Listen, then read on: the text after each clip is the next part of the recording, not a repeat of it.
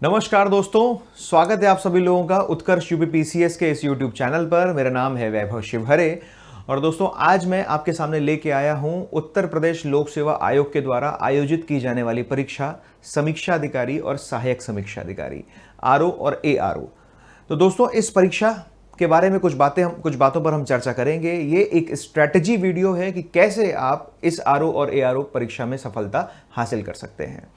दोस्तों एक बड़ी मुद्दे की बात यहाँ ध्यान देने वाली बात यह है कि आयोग के द्वारा इस परीक्षा का आयोजन फ्रीक्वेंटली नहीं कराया जाता। फ्रीक्वेंटली कहने का मतलब है कि हर साल इस परीक्षा का आयोजन नहीं होता है।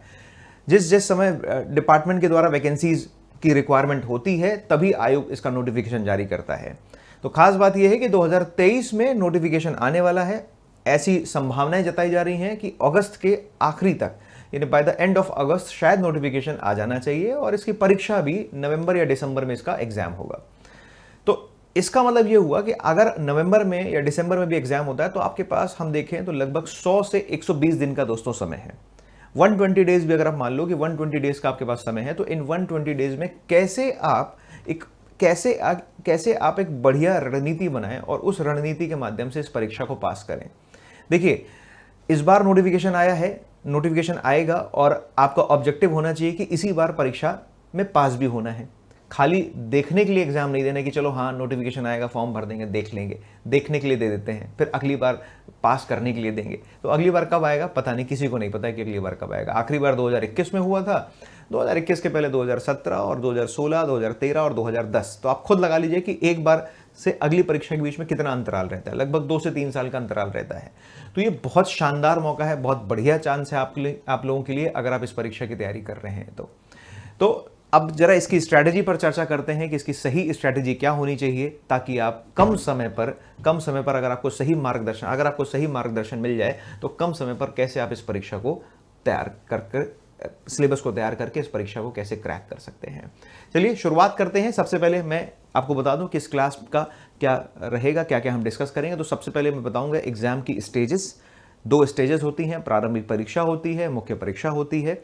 उसके बाद हम डिस्कस करेंगे सिलेबस क्या है, प्रीलिम्स का क्या सिलेबस है, मेंस का क्या सिलेबस है और कैसे कौन से सेगमेंट पर ज़्यादा हमें फोकस करना है जिसके माध्यम से हम प्रारंभिक परीक्षा को क्रैक कर सके, क्लियर कर सके और उसके बाद फिर मेंस की रणनीति पर भी चर्चा करेंगे।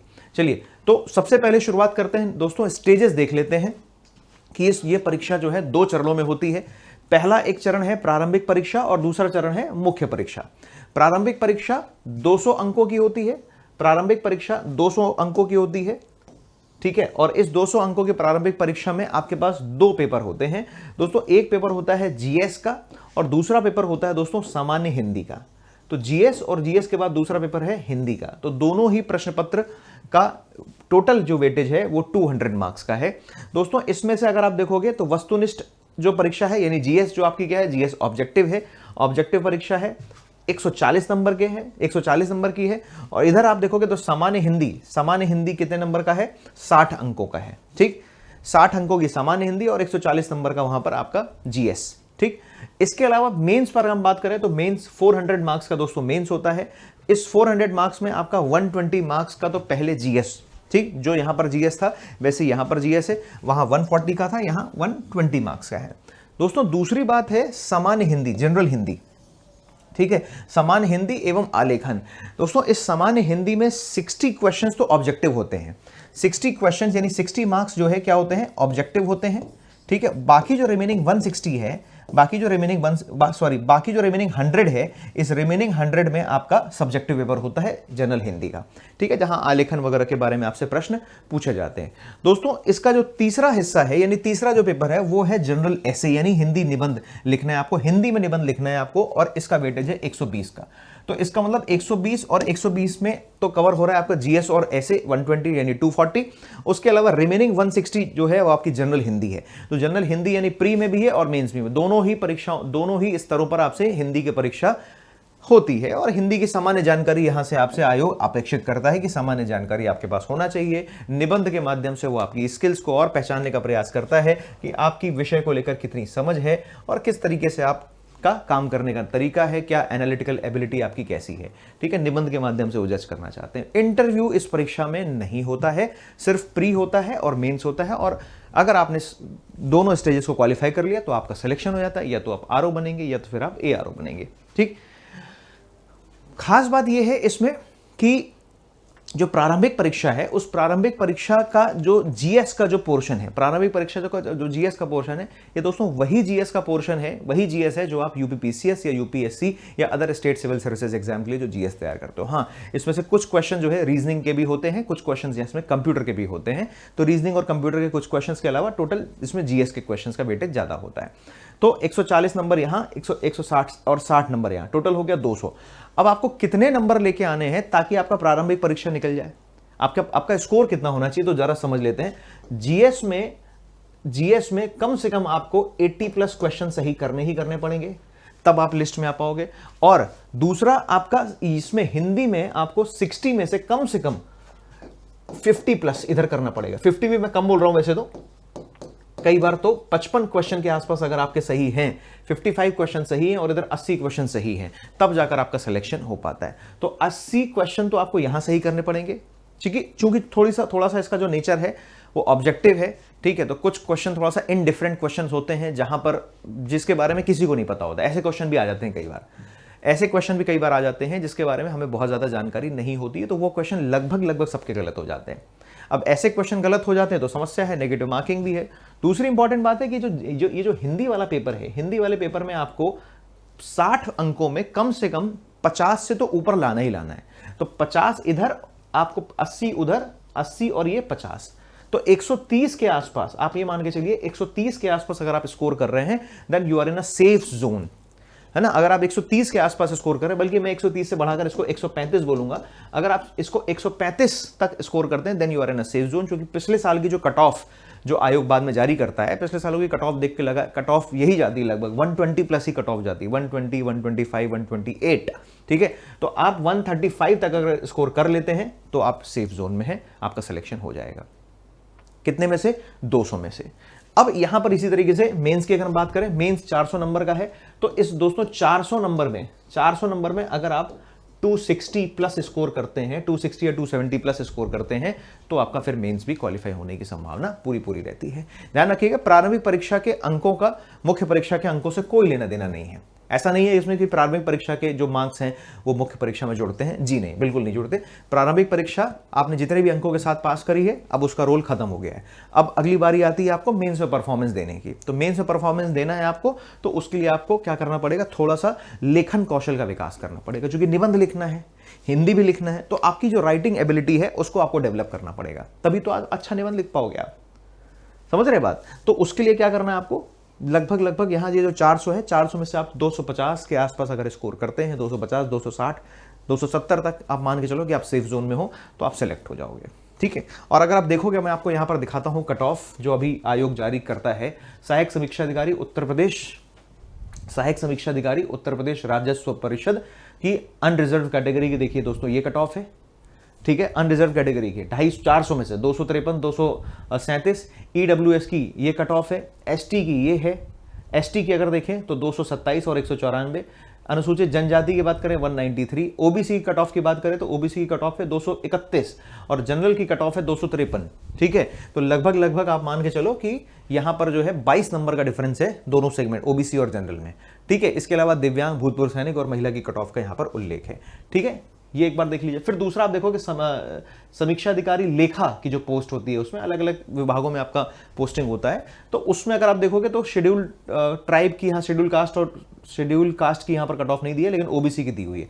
इसके अलावा आप यहां पर फोकस करें, समीक्षा अधिकारी लोक सेवा आयोग। लोक सेवा आयोग में भी आपकी नियुक्ति होती है, या तो सचिवालय में नियुक्ति होगी, लखनऊ जाएंगे आप, या तो फिर आपकी लोक सेवा आयोग में भी आरओ के रूप में नियुक्ति होती है। तो जो लोक सेवा आयोग में जो आरओ के रूप में नियुक्ति होती है, उसका कट ऑफ देख लीजिए 256 और 255 है। 256 है, और सचिवालय यानी लखनऊ में जो पोस्टिंग होती है आपकी, उसका 253।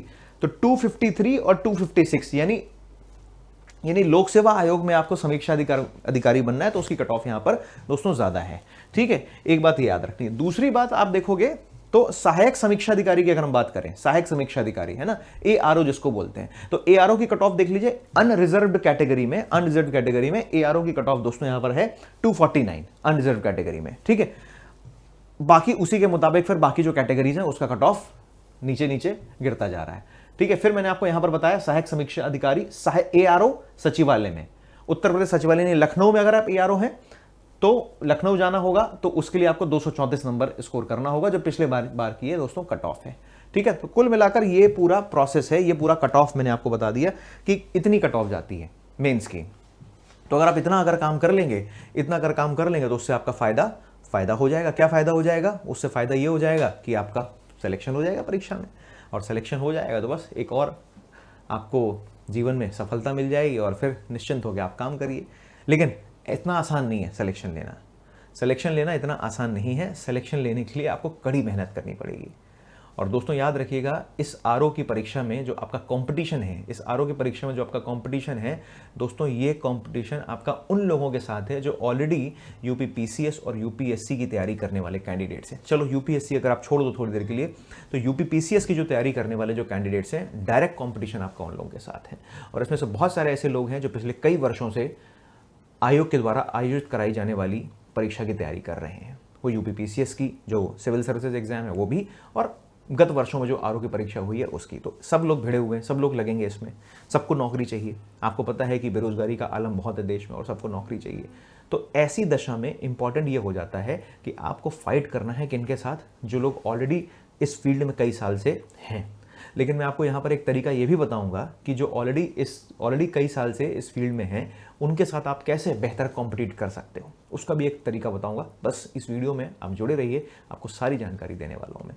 तो सबसे पहले हम जो स्टेजेस पर चर्चा कर ली, स्टेज पर चर्चा करने के बाद जो दूसरी इंपॉर्टेंट बात है, वो इंपॉर्टेंट बात है प्रारंभिक परीक्षा का दोस्तों पाठ्यक्रम। याद रखिएगा, किसी भी एग्जाम की दोस्तों जब आप तैयारी करते हैं, तो वहाँ सबसे ज़्यादा आपके लिए ज़रूरी होता है कि सिलेबस में लिखी हुई एक एक लाइन के बारे में आपको डिटेल में पता हो। सिलेबस में लिखी हुई एक एक लाइन के बारे में आपको डिटेल में पता होना चाहिए, क्योंकि सिलेबस में लिखी हुई एक एक लाइन ही आपकी तैयारी की दिशा निर्धारित करेगी। दोस्तों दो चीज़ें आपको हमेशा पता होनी चाहिए। नंबर एक तो सिलेबस, परीक्षा का पाठ्यक्रम दोस्तों एक तो पता होना चाहिए, और परीक्षा के पाठ्यक्रम के अलावा दूसरी बात जो आपको जानकारी, परीक्षा के पाठ्यक्रम के अलावा दूसरा जो आपको पता होना चाहिए वो है दोस्तों गत वर्षों में पूछे गए प्रश्न, यानी PYQs। तो अगर आपको PYQ क्लियर है, गत वर्षों में पूछे गए प्रश्न के बारे में अंदाजा है, प्रारंभिक परीक्षा का पाठ्यक्रम भी अगर आपको पता है, और पिछले सालों में पूछे गए क्वेश्चंस का भी आइडिया है, तो आप अच्छा परफॉर्म कर ले जाएंगे। क्योंकि ये आपके एग्जाम की क्या डिसाइड करेगा? ये आपके एग्जाम की डायरेक्शन डिसाइड करेगा, दिशा निर्धारित करेगा। समझ रहे हैं बात? ये आपके एग्जाम की दिशा निर्धारित करेगा, क्योंकि इसी के बेसिस पर, प्रीवियस ईयर में पूछे गए क्वेश्चन के बेसिस पर ही तो आप आकलन कर पाओगे, एनालिसिस कर पाओगे, क्या विश्लेषण क्या कर पाओगे? विश्लेषण कर पाओगे कि आयोग के प्रश्न पूछने का तरीका क्या है। तो आयोग की मानसिकता, यानी आयोग की मेंटालिटी और आयोग के काम करने का तरीका के साथ अगर आपको सिंक्रोनाइजेशन बैठाना है, तो उसके लिए आपको पिछले साल में पूछे गए प्रश्नों का एनालिसिस करना पड़ेगा। आप पिछले साल के पेपर उठा लीजिए, 2010 के बाद से उठा लीजिए आप। 2010, फिर 2013, फिर 2016 में 2 बार पेपर हुए, एक बार कैंसिल हुआ था, 2017, फिर 2021 और 2023 में होगा। तो इतने सारे पेपर उठा के देख लीजिए, आपको समझ में आ जाएगा कि बेसिकली क्या है। चलिए देखते हैं। सबसे पहले तो कुल जो है 10 पॉइंट में सिलेबस इन्होंने डिफाइन कर रखा है, ठीक है। और 10 पॉइंट में पहला जो पॉइंट है वो लिखा हुआ है जनरल साइंस, सामान्य विज्ञान। जनरल साइंस एक इंपॉर्टेंट सेगमेंट है, और इस जनरल साइंस में, सामान्य विज्ञान में, इस जनरल साइंस वाले सेगमेंट में, सामान्य विज्ञान वाले सेगमेंट में आपसे फिजिक्स, केमिस्ट्री और बायो के जो सामान्य क्वेश्चन है वो आपको पता होने चाहिए। ये आपसे यहां पर अपेक्षा होगी, ठीक। आप पिछले साल के पेपर उठा के देखें तो बहुत बेसिक और बहुत सरल प्रश्न पूछे हैं। मतलब ऐसा नहीं कि बहुत टफ क्वेश्चन पूछे हैं, बहुत आसान क्वेश्चन पूछे हैं आपसे, ठीक है। बहुत आसान, बहुत सरल प्रश्न पूछे हैं उन्होंने, तो कर ले जाएंगे आप। बस थोड़ा सा अगर आपने एनसीईआरटी वगैरह पढ़ी हुई है, विषय को लेकर आपकी समझ है ना।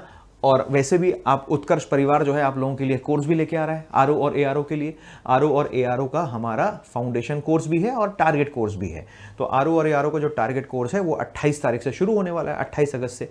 उसमें आप एनरोल कर लेंगे तो आपको सही मार्गदर्शन मिल जाएगा कि कैसे इस परीक्षा की तैयारी करनी है, ठीक है। कोचिंग इंस्टीट्यूट का रोल आपका यही होता है कि वो आपको सही मार्गदर्शन दे। आपका जो समय ज़्यादा लग रहा है ना, उस समय को कम करने में कोचिंग इंस्टीट्यूट की महत्वपूर्ण भूमिका होती है, ठीक है। ऐसा नहीं है कि कोचिंग इंस्टीट्यूट ही आपका सिलेक्शन करा पाएगा, इंडिविजुअल अकेले बिना कोचिंग की आप तैयारी नहीं कर सकते, ऐसा नहीं है, ठीक है। लेकिन कोचिंग इंस्टीट्यूट में अगर आप आते हैं, किसी टीचर्स के मार्गदर्शन में अगर आप तैयारी करते हैं, तो आपका जो तैयारी का जो समय है ना दोस्तों, वो समय तुलनात्मक रूप से कम हो जाता है। समझ में आ रही बात क्या? क्योंकि आपको एक सही दिशा मिल जाती है और आपको ये पता चल जाता है कि मुझे क्या पढ़ना है और क्या नहीं पढ़ना है। ठीक है, दूसरा है मॉडर्न इंडिया, भारत का इतिहास। और दोस्तों भारत के इतिहास में एंशिएंट इंडिया, मेडाइवल इंडिया और मॉडर्न इंडिया। ठीक है, तीनों आपको पढ़ना है। वही जीएस का ये वही सिलेबस है जो सिलेबस पीसीएस का सिलेबस है, यूपी पीसीएस का जो सिलेबस है वही सिलेबस है, सिविल सेवा परीक्षा जैसा है। फिर उसके अलावा आपको फोकस किस पर करना है? भारतीय राष्ट्रीय आंदोलन पर फोकस करना है। ठीक है, यानी 1857 के बाद जो मॉडर्न इंडिया का जो हमारा पार्ट है 1857 से लेके 1947 तक का, इस पर ज्यादा फोकस करना है आपको भारतीय राष्ट्रीय आंदोलन में। भारतीय राष्ट्रीय आंदोलन के बाद इसके बाद अगला है भारतीय राज्यतंत्र, अर्थव्यवस्था एवं संस्कृति। तो भारतीय राज्यतंत्र में दोस्तों क्या आ जाएगा? आपका पूरा पूछ रहा है यहां से आपसे वो इंडियन पॉलिटी। ठीक है, इंडियन पॉलिटी के अलावा इंडियन इकोनॉमी और इंडिया का कल्चर, भारत की संस्कृति कैसी है, इंडियन पॉलिटिकल सिस्टम और उसके अलावा अर्थव्यवस्था। बहुत बेसिक क्वेश्चन पूछे गए। आप लोग, मेरा आपसे कहना है कि आप प्रीवियस ईयर क्वेश्चंस को एक बार जरूर एनालिसिस कीजिए। फिर उसके बाद है एग्रीकल्चर ऑफ इंडिया, भारत की कृषि। यहां से कई प्रश्न पूछे जाते हैं। तो दोस्तों इसमें मैं डबल स्टार लगाऊंगा। डबल स्टार इसलिए लगाऊंगा क्योंकि एग्रीकल्चर आपको अच्छे से तैयार करना है, एग्रीकल्चर से क्वेश्चन पूछे जाते हैं। फिर वाणिज्य एवं व्यापार, उत्तर प्रदेश में वाणिज्य एवं व्यापार, यहां से भी बहुत सारे प्रश्न पूछे जाते हैं कि उत्तर प्रदेश में, सामान्य रूप से वाणिज्य और व्यापार जो है आपसे पूरे भारत का वाणिज्य और पूरे भारत के व्यापार से संबंधित प्रश्न यहां पर पूछे जाते हैं। सेम यही चीज यूपी स्पेशल में भी है। फिर उसके अलावा जो एक सेगमेंट जो बड़ी अति प्रिय सेगमेंट है आरओ और एआरओ में, 3 स्टार लगा रहा हूं भाई साहब मैं, इसलिए लगा रहा हूं क्योंकि इसमें लिखा है जनसंख्या, पर्यावरण और नगरीकरण भारतीय परिप्रेक्ष्य में। तो सबसे ज्यादा क्वेश्चन यहां पर एनवायरमेंट भी एक इंपॉर्टेंट सेगमेंट है। मतलब मैं आपको बताऊं, अगर आप ज्योग्राफी और एनवायरमेंट दोनों को मिला देते हो तो यहां पर आपको 25 प्लस क्वेश्चन तो दोस्तों ज्योग्राफी और एनवायरमेंट से मिल जाते हैं। 25 प्लस क्वेश्चन ज्योग्राफी और एनवायरमेंट से। फिर अगला जो सेगमेंट है भूगोल। दोस्तों भूगोल में विश्व का भूगोल भी है और भारत का भूगोल भी है और प्राकृतिक संसाधन, ये तीनों बातें हैं। अब लिख तो दिया उन्होंने पूरा, वर्ल्ड ज्योग्राफी भी आप पूरा पढ़िए, पूरा पढ़िए, भारत का भूगोल भी आप पूरा पढ़िए और आप प्राकृतिक संसाधन भी पूरा पढ़िए। ठीक है, वर्ल्ड ज्योग्राफी पूरा पढ़िए, इंडियन ज्योग्राफी पूरा पढ़िए और नेचुरल रिसोर्सेज पूरा पढ़िए। तीनों आपको पढ़ना है यहां पर। ठीक है, मैं मानता हूं कि यह सेगमेंट बड़ा है, व्यापक है, लेकिन अब इसमें क्या पढ़ना है? जैसे वर्ल्ड ज्योग्राफी में बहुत सारी चीजें हैं, वर्ल्ड का फिजिकल ज्योग्राफी भी है, वर्ल्ड का मैपिंग भी है, वर्ल्ड का पॉलिटिकल ज्योग्राफी भी, बहुत सारी चीजें हैं। ठीक है, लेकिन क्या पढ़ना है, किस तरीके के, तो क्या पढ़ना है ये कैसे पता चलेगा दोस्तों? उसके लिए आपको देखना पड़ेंगे प्रीवियस ईयर क्वेश्चंस। देखो मैंने आपको बोला, पहले ही बोल दिया है कि जो प्रीवियस ईयर क्वेश्चंस है ना, वो आपकी तैयारी की दिशा निर्धारित करेंगे। तो अगर आपको ये पता है, समझिएगा, ध्यान से सुनिएगा, अगर आपको ये पता है कि गत वर्षों में पूछे गए प्रश्न का प्रकार कैसा है विश्व भूगोल से, तो आप उसी डायरेक्शन में तैयारी करेंगे ना, है ना। अगर आपको पता है कि इंडियन ज्योग्राफी में किस तरीके के प्रश्न पूछे जा रहे हैं, भारत के भूगोल से किस तरीके के प्रश्न पूछे जा रहे हैं, तो आप उसी तरीके से तैयारी करेंगे। अगर आपको ये पता चल जाए कि भाई विश्व भूगोल में फिजिकल ज्योग्राफी से भी अगर क्वेश्चन पूछे जा रहे हैं तो आप उसको भी तैयार करेंगे। ठीक है, मैं एक और आपके एग्जाम के पहले एक और सेशन लेके आऊंगा जहां पर मैं प्रीवियस ईयर क्वेश्चंस का भी एनालिसिस करूंगा, है ना। तो प्रीवियस ईयर क्वेश्चन का जब मैं एनालिसिस करूंगा तब आपको ये समझ में आएगा कि कौन कौन से सेगमेंट्स, क्योंकि ट्रेंड एनालिसिस बहुत जरूरी है। क्योंकि जब तक आप ट्रेंड एनालिसिस नहीं करेंगे तब तक आपको पता नहीं चल पाएगा क्या पूछना है, क्या कितना उस सब्जेक्ट में कितनी डेप्थ में जाना है। ठीक है, भारत का भूगोल हो गया, फिर प्राकृतिक संसाधन हो गया दोस्तों। उसके बाद जो है नेक्स्ट है 8वें नंबर पर जो सिलेबस है लिखा हुआ है अधुनातन राष्ट्रीय एवं अंतरराष्ट्रीय महत्वपूर्ण घटनाक्रम। दोस्तों पूरा सिलेबस एक तरफ, ठीक है, पूरा सिलेबस एक तरफ और ये जो पॉइंट नंबर 8 है ये एक तरफ। ये एक ऐसा सेगमेंट है दोस्तों, ये एक ऐसा सेगमेंट है जो आपको इस परीक्षा में स्पेशल एज देगा। समझ रहे हैं, ये एक ऐसा सेगमेंट है जो इस परीक्षा में आपको एक स्पेशल एज देगा। पॉइंट नंबर 8 है दोस्तों करंट अफेयर्स। अब आप देखिए 140 अंकों के इस प्रश्न पत्र में लगभग 20 से 25 क्वेश्चन दोस्तों आपको करंट अफेयर से मिलेंगे। 20 से 25 क्वेश्चन करंट अफेयर से। और दोस्तों ये जो 20 से 25 अंकों का जो करंट अफेयर है, ठीक है, इस करंट अफेयर की तैयारी में आपको रेगुलर करा ही रहा हूं। रोज सुबह 7 बजे यूपीपीसीएस उत्कर्ष के प्लेटफॉर्म पे, उत्कर्ष यूपीपीसीएस के प्लेटफॉर्म पर रोज सुबह 7 बजे हमारी करंट अफेयर की क्लास होती है लाइव 7 से 8। ठीक है, तो उस क्लास में आप जुड़िए ताकि आपका करंट अफेयर वाला सेगमेंट कमजोर ना रह जाए। अब जैसे मैं आपको बता रहा था ना कि जैसे मान लो हिस्ट्री, ज्योग्राफी, पॉलिटी, इकोनॉमी तो देख लिया आपने, science, history, geography, polity, economy. इस science, history, geography, polity, economy में तो एक से एक जो है धुरंधर लोग बैठे हुए हैं जो पिछले कई सालों से तैयारी कर रहे हैं। इस सेगमेंट में उनको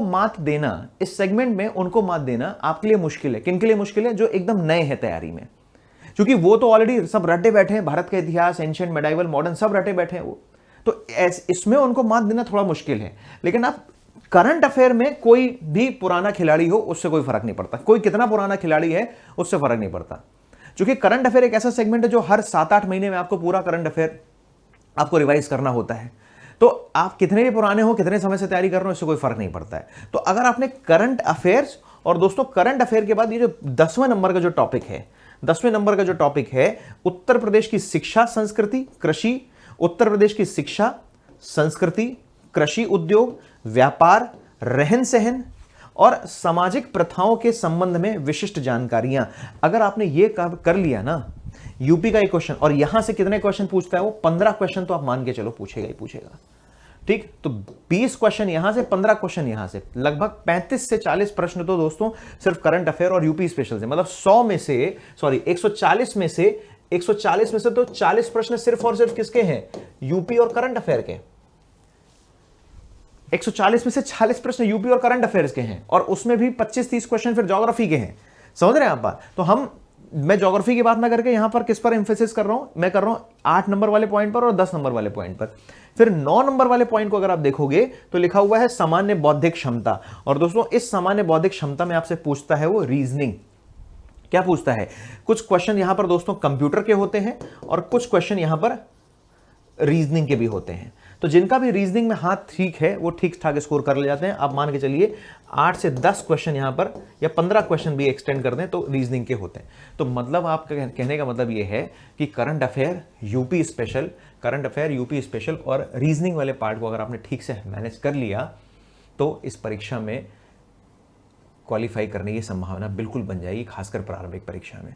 और हिंदी का तो मैं बता ही चुका हूँ, हिंदी का तो कोई सोल्यूशन नहीं। हिंदी का बस एक ही सोल्यूशन है कि हिंदी आपको कायदे से पढ़ना है, क्योंकि हिंदी में भी जो है आपको नंबर लाने होंगे कम से कम 50+ के आसपास आपको स्कोर करना पड़ेगा हिंदी में, तब जाकर आप सेलेक्ट हो पाओगे। तो ये प्रारंभिक परीक्षा का अगर आप सिलेबस देखोगे तो ये सारी चीज़ें हैं जो आपको पता होना चाहिए। इसमें एक बार फिर से बता देता हूं कि प्री में, प्रारंभिक परीक्षा में, समझ लीजिए इस बात को, प्री जो कि 140 अंकों का है, जीएस वाला सेगमेंट, जीएस जो 140 अंकों का है, इसमें कम से कम अगर आप देखोगे तो 15 क्वेश्चन तो आ रहे हैं दोस्तों यूपी स्पेशल के, 15 क्वेश्चन यूपी स्पेशल के हैं। इसके अलावा सुनिएगा दोबारा ध्यान से, इसके अलावा लगभग आपसे 20 क्वेश्चन पूछ रहा है वो, 20 क्वेश्चन पूछ रहा है करंट अफेयर से, ठीक, और लगभग 15 क्वेश्चन आप मान के चलिए रीजनिंग के क्वेश्चन से। 15 क्वेश्चन रीजनिंग के क्वेश्चन है, 15, 30 और 20, 50, यानी आप ये मान के चलो ये यहां पर 50 नंबर, 50 क्वेश्चन यहां से आएंगे, 50 अंकों का खेल यहां पर आप निपटा सकते हो। समझ में आ रही बात क्या? 50 अंकों का, कम नहीं होते हैं। अब बचे कितने? बचे आपके पास 90। अब इस 90 में आपको हिस्ट्री भी कवर करना है, इसमें आपको ज्योग्राफी भी है, इसमें आपका दोस्तों पॉलिटी भी है, इसमें आपका दोस्तों इकोनॉमी भी है। और ये सारे सब्जेक्ट में कितना डेप्थ में जाना है, इन सारे सब्जेक्ट्स में कितना डेप्थ में जाना है ये कैसे पता चलेगा? इन सारे सब्जेक्ट में कितना डेप्थ में जाना है ये आपको पता चलेगा सिर्फ और सिर्फ प्रीवियस ईयर में पूछे गए प्रश्नों से। किससे पता चलेगा? गत वर्षों में जो पूछे गए प्रश्न हैं, प्रीवियस ईयर में जो पूछे गए प्रश्न हैं, सिर्फ उससे पता चलेगा। समझ में आ रही बात क्या?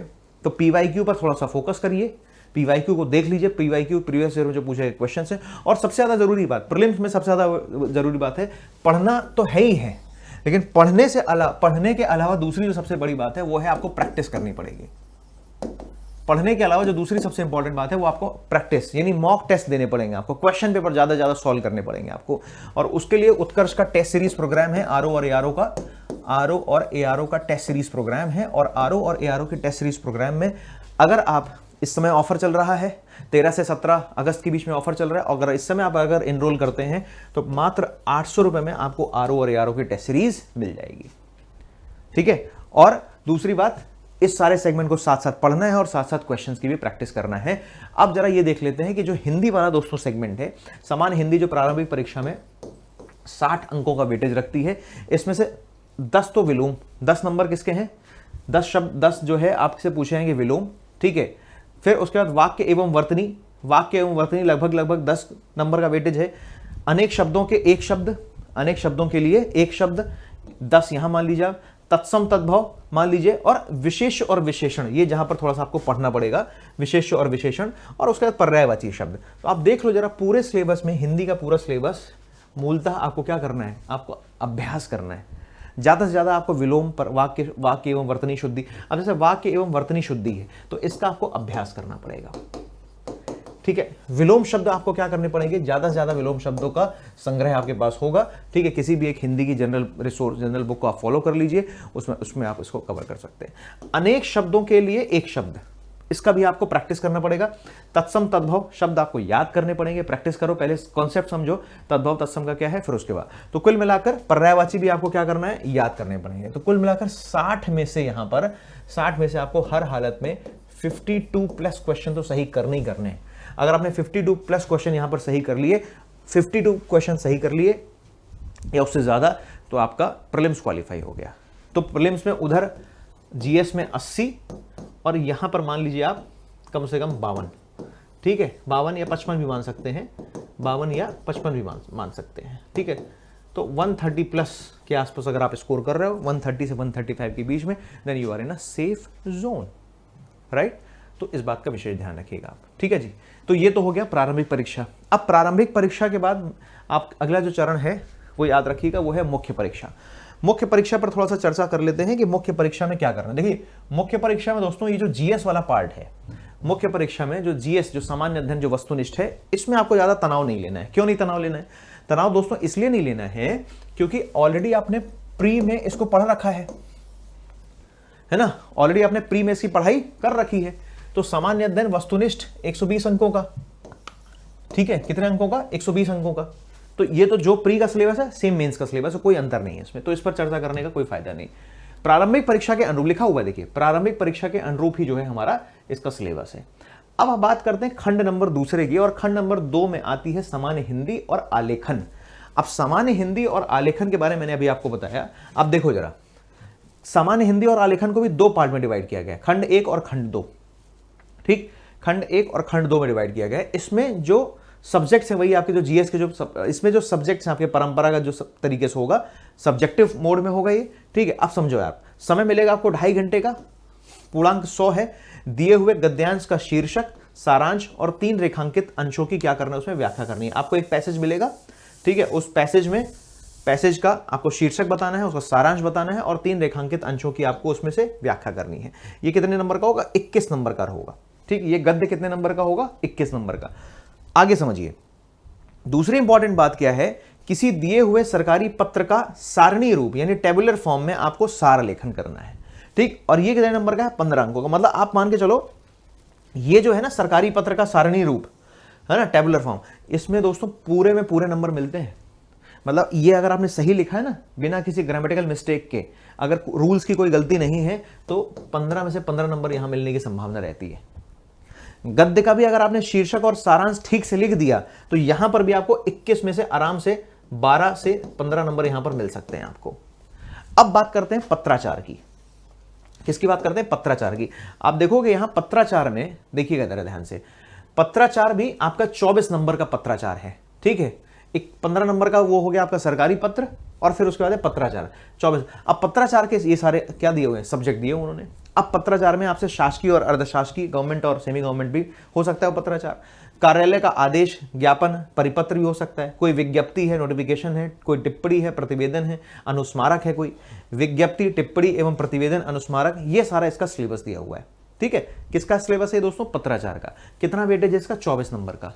आपको बता दूं, अगर आपने ये पत्राचार और सरकारी पत्र का सारणी रूप ठीक से कर लिया तो आप मान के चलिए, यकीन मानिए दोस्तों, यहां पर आपको ज्यादा से ज्यादा स्कोर कर सकते हो। इस सेगमेंट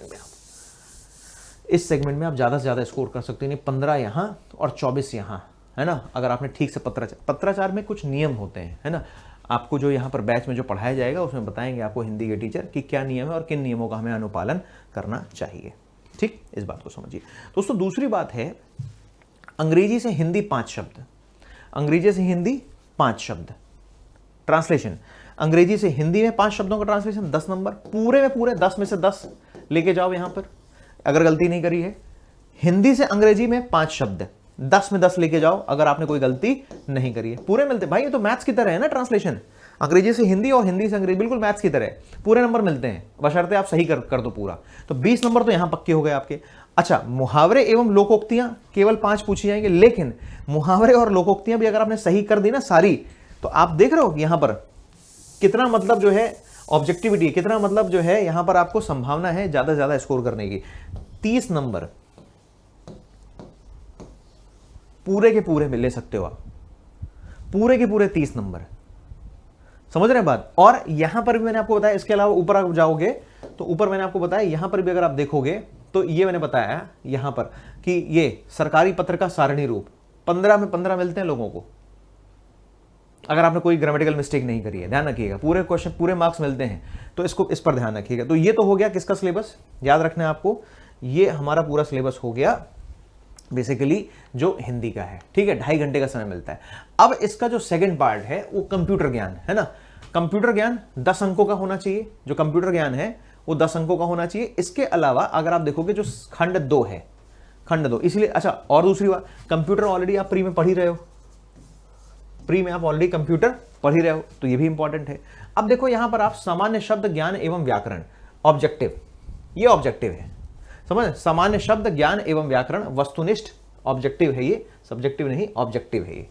ठीक, अब आप देखोगे विलोम 6 शब्द 12 अंक, वाक्य एवं वर्तनी शुद्धि 6 अंक 12 अंक, अनेक शब्दों का 1 शब्द 6 शब्द 12 अंक, तत्सम तद्भव 6 शब्द 12 अंक 12 अंक 12। ये पूरा वेटेज है, समझ रहे हैं आप बात, ये पूरा वेटेज है 12 12 12 और 12।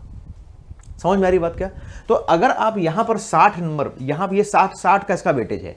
अब ये जो 60 का इसका वेटेज है, 60 अंकों का जो इसका वेटेज है, इसको अगर आप थोड़ा सा कर लेंगे काम, इसको अगर काम कर लेंगे तो ये भी आप यहां पर ज्यादा से ज्यादा स्कोर कर सकते हैं, आप ज्यादा से ज्यादा स्कोर कर सकते हैं यहां पर, आप ध्यान समझिएगा। तो इस पर भी आपको विशेष रूप से फोकस करना ही करना है, क्योंकि ये जो चीजें हैं ना। अब मुझे एक बात बताओ, आप विलोम हो गया, वाक्य वर्तनी शुद्धि होगी, अनेक शब्दों का 1 शब्द हो गया, तत्सम तद्भव हो गया, विशेषण और विशेष्य, क्या ये प्री के सिलेबस से मैच नहीं कर रहा है, प्री के सिलेबस से मैच नहीं कर रहा है। तो अगर इसको आपने काम कर लिया तो ये फिर यहां पर भी आप कम से कम 55 नंबर तक स्कोर कर सकते हो, अगर आपकी हिंदी पर कमांड दोस्तों जबरदस्त है। तो 55 इधर हो गए और दोस्तों 100 नंबर इधर हो गए, 160, समझ। 120 नंबर का तो जीएस हो गया, देखो ना ऊपर क्या लिखा है, 120 नंबर का तो जीएस हो गया, ये देखिए 120 नंबर का जीएस हो गया ऑब्जेक्टिव। और अब ये जो है इसको 2 सेगमेंट में डिवाइड कर रखा है, 100 + 60। 100 का तो ये हो गया आपका, जिसमें जो डिस्क्रिप्टिव है लिखना है, जिसमें आपको सामान्य हिंदी 100 नंबर की तो सामान्य हिंदी हो गई। अब इस 100 नंबर की सामान्य हिंदी के अलावा इसमें आपको एक और पार्ट देखने को मिलेगा, वो देखिए जरा ध्यान से, वो ये वाला पार्ट, ये सामान्य शब्द ज्ञान एवं व्याकरण। अब ये 60 नंबर का है, सामान्य शब्द ज्ञान एवं व्याकरण, विलोम, वाक्य वर्तनी शुद्धि, अनेक शब्दों का 1 शब्द, तत्सम तद्भव और विशेषण विशेष्य। यहां पर भी आप ज्यादा से ज्यादा स्कोर कर सकते हैं। तो 120 हो गया, 160 हो गया। अब ये आप जरा थोड़ा सा गौर करो, अभी तक जो हमने चर्चा करी मेंस के सिलेबस में, मेंस के सिलेबस में जो हमने चर्चा करी 120 जीएस, ठीक। अब 120 जीएस में सेम एज प्री, ठीक। दूसरा हमने क्या देखा, 160। 160 में जो 60 नंबर है और 100 नंबर है, 100 नंबर तो डिफरेंट है क्योंकि ये क्या है, ये सब्जेक्टिव है, लेकिन ये जो 60 नंबर है ये भी क्या है, ये भी सेम एज प्री है। तो मतलब आप जब तैयारी कर रहे होगे तो आपकी होलसम तैयारी होनी चाहिए। होलसम तैयारी का मतलब यह हुआ कि जब आप प्री की तैयारी कर रहे हो जीएस की, तो ऑटोमेटिकली आप मेंस का 120 नंबर तैयार कर रहे हो। जब आप 60 नंबर की हिंदी की तैयारी कर रहे हो, वहां पर जब आप प्री में 140 नंबर की तैयारी कर रहे हो, तो आपके साथ साथ मेंस में 120 नंबर की तैयारी हो रही है। और जब आप प्री में 60 नंबर की हिंदी की तैयारी कर रहे हो, तब यहां पर भी आपकी 60 नंबर की हिंदी की तैयारी हो रही है। दोस्तों इसका मतलब यह हुआ 120 और 60, 180 नंबर जो है, 180 नंबर का जो सिलेबस है, 180 अंकों का जो सिलेबस है, वो तो आपने कहां तैयार कर रखा है, ऑलरेडी प्री के समय पर ही तैयार कर रखा है। मतलब मेंस में आपको रिवीजन करना पड़ेगा। मेंस जब आएगा तो मेंस में क्या करना पड़ेगा, रिवीजन।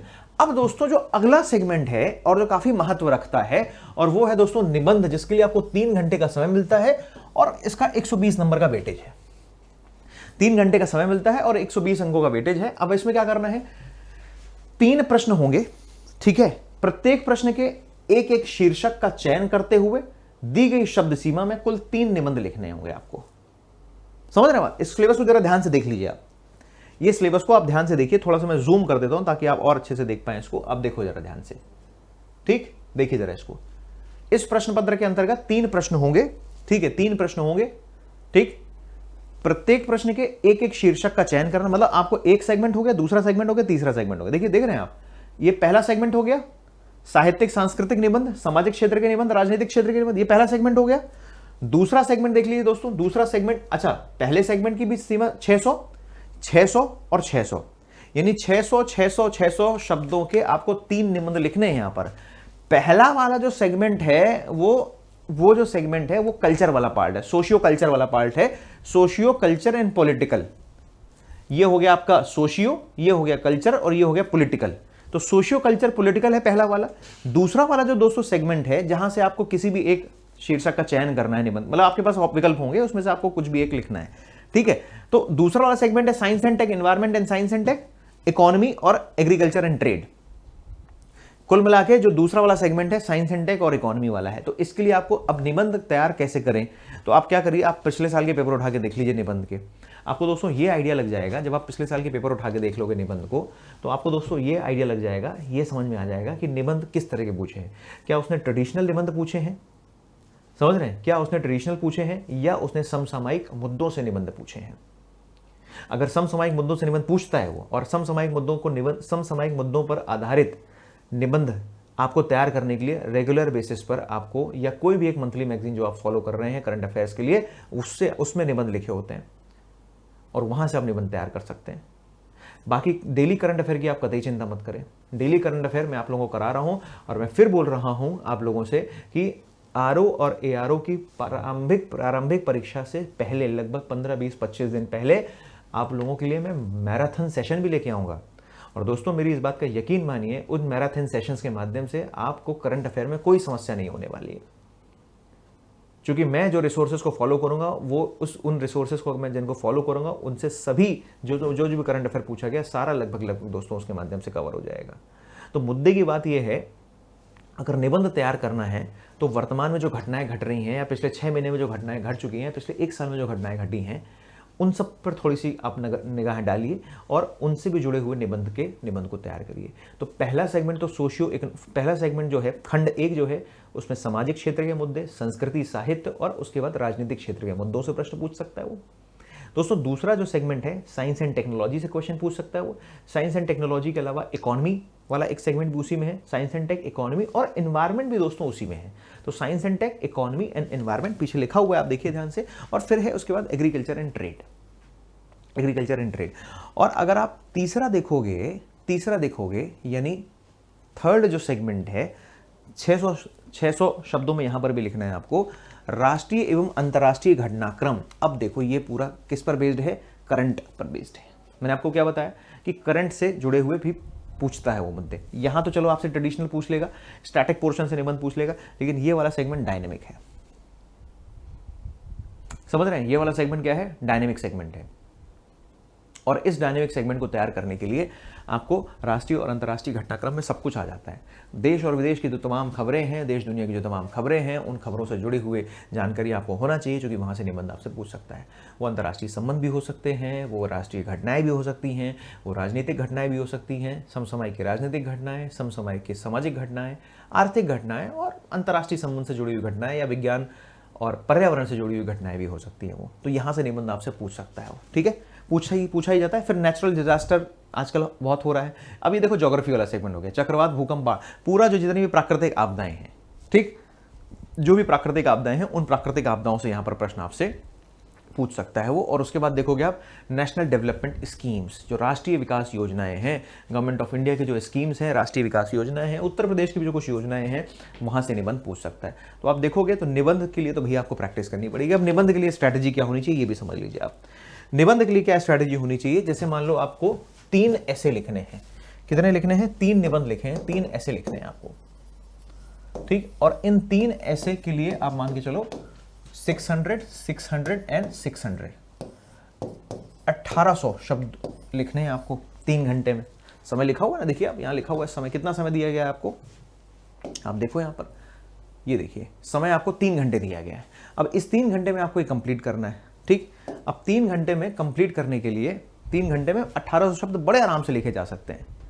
यकीन मानिए 3 घंटे में 1800 शब्द लिखना कोई बड़ी बात नहीं, बड़े बड़े आराम से लिखते हैं। मेंस में तो इनफैक्ट इससे ज़्यादा लिखना पड़ता है, पीसीएस मेंस में, यूपीएससी मेंस में इससे ज़्यादा लिखना पड़ता है। तो 1800 शब्द आप मैनेज कर सकते हैं। आप एक निबंध को 45 मिनट भी देते हैं, अगर मान लीजिए एक निबंध को अगर आप 45 मिनट भी देते हैं, 45 मिनट देते हैं और फिर इधर 45 मिनट देते हैं, तो आपका काम हो जाएगा 45, 45, 45। समझ रहे हैं बात? 45 मिनट, 45 मिनट और 45 मिनट, 15 मिनट क्यों बचाए मैंने? 45 मिनट तो अभी और बच रहे हैं आपके पास, 45 मिनट्स तो अभी भी बच रहे हैं आपके पास, लेकिन मैंने वो क्यों बचाए दोस्तों? वो इसलिए बचाए हैं क्योंकि आप ये मान के चलिए आपके पास पूरा 180 मिनट का समय है, 3 घंटा 180 मिनट।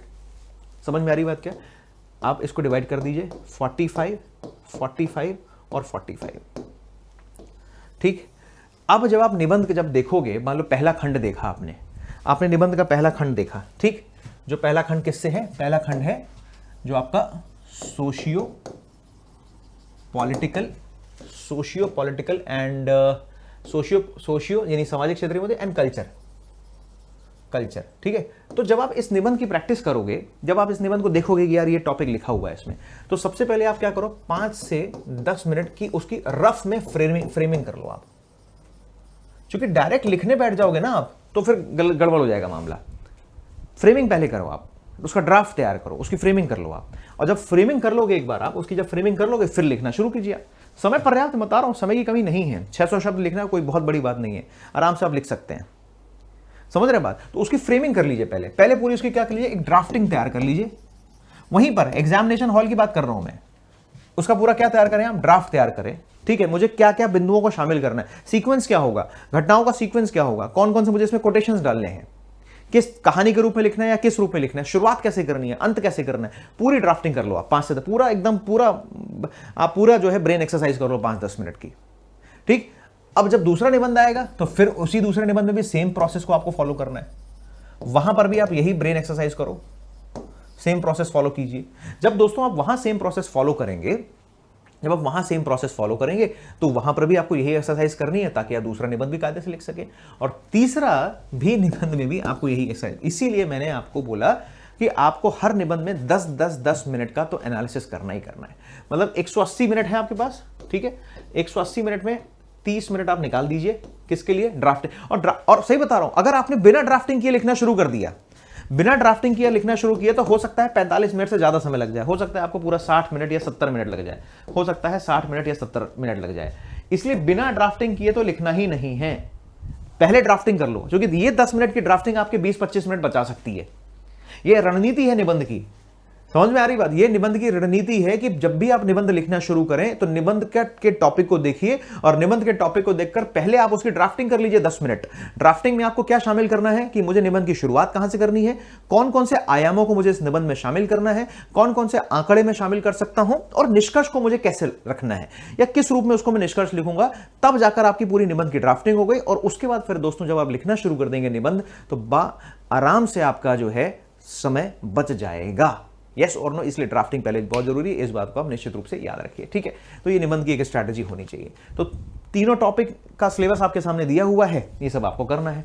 अब दोस्तों खास बात आप लोगों के लिए, आजादी महोत्सव मना रहा है उत्कर्ष परिवार, और इस आजादी महोत्सव के उपलक्ष्य में आज आपके सामने एक ऑफर है। ऑफर क्या है कि अगर आप इस स्वतंत्रता दिवस के मौके पर उत्कर्ष यूपीपीसीएस का कोई भी कोर्स परचेज करते हो, आप अगर उत्तर प्रदेश सिविल सर्विसेज की सभी ऑनलाइन कोर्सेज पर आप लोगों को दोस्तों 90% की छूट मिल रही है। जी हां, 90% छूट। और दोस्तों ये जो 10% की छूट है, ये the visionary, the man behind all this setup, doctor Nirmal Gehlot sir का कल जन्मदिन था, लेकिन बच्चों की स्पेशल डिमांड पर ये 10% का ऑफर सिर्फ 13 तारीख तक था, लेकिन हमारे उदार दिल के व्यक्तित्व निर्मल सर ने कहा कि नहीं, 10% का ऑफर आगे भी एक्सटेंड कीजिए। और उस बात को ध्यान में रखा गया और ये 10% का ऑफर आप लोगों के लिए उपलब्ध कराया गया आज भी। तो आप मान के चलो 90% तो ऑफ है ही है, 90+10 का ऑफर चल रहा है, ठीक है, 90+10 का ऑफर चल रहा है। लेकिन ये जो 10% का जो ऑफर है, इस विशेष नोट है, स्पेशल नोट है, देख लीजिए। 10% का जो ऑफर चल रहा है वो ऑफर क्या है, उत्कर्ष ऐप में कोर्स लेने पर 10% की अतिरिक्त छूट केवल उन स्टूडेंट्स को मिलेगी, केवल उन स्टूडेंट्स को मिलेगी जिन्होंने वर्तमान में उत्कर्ष ऐप से कोई ना कोई कोर्स खरीदा हुआ है। तो अगर आपने उत्कर्ष ऐप से कोई भी कोर्स खरीदा होगा तो आपको 90% की तो छूट सबको मिल रही है। लेकिन ऐसे विद्यार्थी जो उत्कर्ष परिवार से ऑलरेडी उत्कर्ष परिवार का हिस्सा हैं, ऑलरेडी अपनी तैयारी को धार दे रहे हैं उत्कर्ष परिवार के साथ, तो वो उन लोगों को 10% का एडिशनल डिस्काउंट भी मिलेगा, ठीक है। तो आई होप उत्तर प्रदेश समीक्षा अधिकारी की जो परीक्षा होने वाली है इसके संदर्भ में आपको सारी जानकारी देने में मैं सक्षम रहा हूंगा। आप ध्यान से समझिए, उत्कर्ष यूपीपीसीएस आप लोगों के लिए लेके आ रहा है 28 तारीख से आरओ और एआरओ का बैच। 28 तारीख से आरओ और एआरओ का बैच है। आप हमारे प्रयागराज शाखा पर, प्रयागराज सेंटर पर आके इसकी जानकारी ले सकते हैं और अपनी तैयारी को शानदार और बेहतर बना सकते हैं। अभी समय है दोस्तों, लगभग 120 दिन का समय है और इस 120 दिन के समय में आराम से, अगर आपकी दिशा अगर सही है, दिशा ध्यान रखिएगा, अगर आपकी दिशा सही है, सही मार्गदर्शन अगर आपको मिल गया तो निश्चित रूप से आपका सिलेक्शन हो जाएगा। मार्केट में दोस्तों बहुत सारे लोग मिलेंगे आपको जो भड़काएंगे, मार्केट में बहुत सारे ऐसे लोग मिलेंगे जो आपसे कहेंगे कि क्या कहेंगे कि भाई नहीं हो पाएगा, इतने कम समय पर नहीं हो पाएगा। आप दोस्तों मत यकीन मानिए, आप लोगों को इस समय सही दिशा दिखाने वाले लोग सिर्फ मुट्ठी भर हैं और भड़काने वाले लोगों का भंडार है इस मार्केट में। दूसरों के कहने पर मत आएँ, किसी बहकावे में मत आएँ। आप सिर्फ पूरे मनोयोग के साथ, ईमानदारी के साथ आप सिर्फ तैयारी करें। उत्कर्ष परिवार आपकी तैयारी को और बेहतर बनाने के लिए हमेशा प्रतिबद्ध है। प्रयागराज सेंटर पर आइए, हमारे कोर्सेज की पूरी इंफॉर्मेशन वहां पर आपको मिल जाएगी। 28 तारीख से आरओ का बैच भी शुरू हो रहा है और इस बैच में आपको कमिटेड होकर, टारगेट बैच है ये, और आपका सिलेबस इसमें दोस्तों पूरा कराया जाएगा। तो आई होप आज का ये रणनीतिक सेशन आप लोगों के लिए उपयोगी होगा। और भी जो कुछ आपको पूछना है या और कई अन्य जानकारी अगर प्राप्त करनी है तो हमारे दिए गए नंबर पर आप कांटेक्ट कर सकते हैं, या आप उसके लिए डाउनलोड कर सकते हैं, उत्कर्ष का ऐप इंस्टॉल कर सकते हैं गूगल प्ले स्टोर से, जहां पर आपको और भी बहुत सारी जानकारी मिल जाएगी, ठीक है। तो याद रखिएगा, उत्कर्ष ऐप में उत्तर प्रदेश सिविल सर्विसेज के सभी ऑनलाइन कोर्सेज पर डिस्काउंट है। ये ऑनलाइन कोर्सेज पर डिस्काउंट है। 28 तारीख से हमारा बैच भी शुरू हो रहा है, उसमें जो ऑनलाइन बैच अगर शुरू होगा तो उसमें भी आपको यहाँ पर डिस्काउंट मिलना तय है, ठीक है। लेकिन एडमिशन आपको कब लेना पड़ेगा, 13 से 17 अगस्त, ये जो महोत्सव जो चल रहा है ये कब है, 13 से 17 अगस्त 2023 तक, ठीक। तो ऑलरेडी एक दिन बीत चुका है, आपके पास 14, 15, 16, 17 4 दिन का समय है। इन 4 दिनों में अगर आप अवेल करते हैं तो आपको डिस्काउंट मिल जाएगा, ठीक है। चलिए इसी के साथ दोस्तों मैं इस सेशन को करता हूं समाप्त। मेरे साथ इस सेशन में बने रहने के लिए आप सब लोगों का बहुत बहुत धन्यवाद। उत्कर्ष यूपीपीसीएस के यूट्यूब चैनल को सब्सक्राइब करें ताकि आपको समय समय पर अन्य जानकारियां और इन्फॉर्मेटिव वीडियोस मिलते रहें। और करंट अफेयर अगर आप पढ़ना चाहते हैं तो रोज सुबह 7 बजे मेरे द्वारा, रोज सुबह 7 बजे उत्कर्ष यूपीपीसीएस के चैनल पर, याद रखिएगा उत्कर्ष यूपीपीसीएस के चैनल पर रोज सुबह 7 बजे लाइव कक्षा होती है करंट अफेयर की। एक बार दोस्तों उस करंट अफेयर की कक्षा में शामिल होकर देखिए, आपको खुद ब खुद समझ में आ जाएगा कि उस कक्षा की कितनी उपयोगिता है, उस 1 घंटे के समय को हम किस तरीके से यूटिलाइज कर रहे हैं। बहुत बहुत धन्यवाद। Thank you so much.